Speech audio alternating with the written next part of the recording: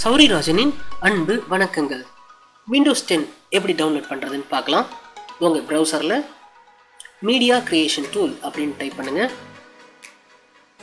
First வர லிங்கை click பண்ணுங்கள்.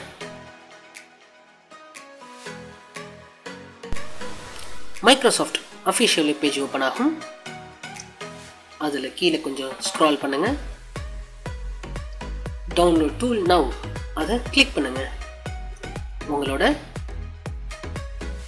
Windows media creation tool download ஆகும்.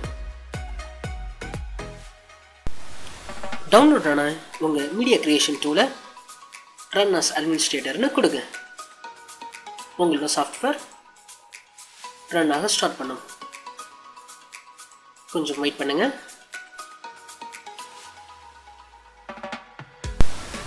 அடுத்து உங்களுக்கு அக்ரிமெண்ட் வரும். அதை ஃபுல்லாக ரீட் பண்ணிட்டு அக்செப்ட் கொடுங்க.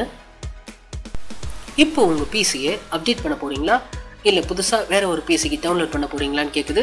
நம்ம அதை தான் பண்ண போகிறோம். ஸோ நான் செகண்டை செலக்ட் பண்ணுறேன், நெக்ஸ்ட் கொடுக்குறேன். அடுத்து உங்களுக்கு எந்த மாதிரியான ஆர்கிடெக்சரில் எந்த மாதிரியான லாங்குவேஜில் எப்படி எடிஷன் வேணும்னு கேட்குது. எல்லாத்தையும் நான் டிஃபால்ட்டாக கொடுத்துட்டு நெக்ஸ்ட்டுக்கு வரேன். ஐஎஸ்ஓ ஃபைலா இல்லை யூஎஸ்பி ட்ரைவான்னு கேட்குது.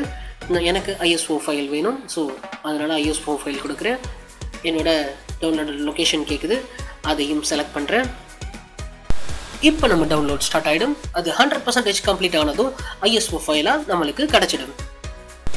மீடியா கிரியேஷன் டூல் உதவியோட நம்ம மைக்ரோசாஃப்ட் அஃபிஷியல் வெப்சைட்லேருந்து ஒரு ஐஎஸ்ஓ ஃபைல் டவுன்லோட் பண்ணுறோம்.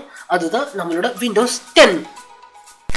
அடுத்த வீடியோவில் நம்ம எப்படி இதை இன்ஸ்டால் பண்ணுறதுன்னு பார்க்கலாம்.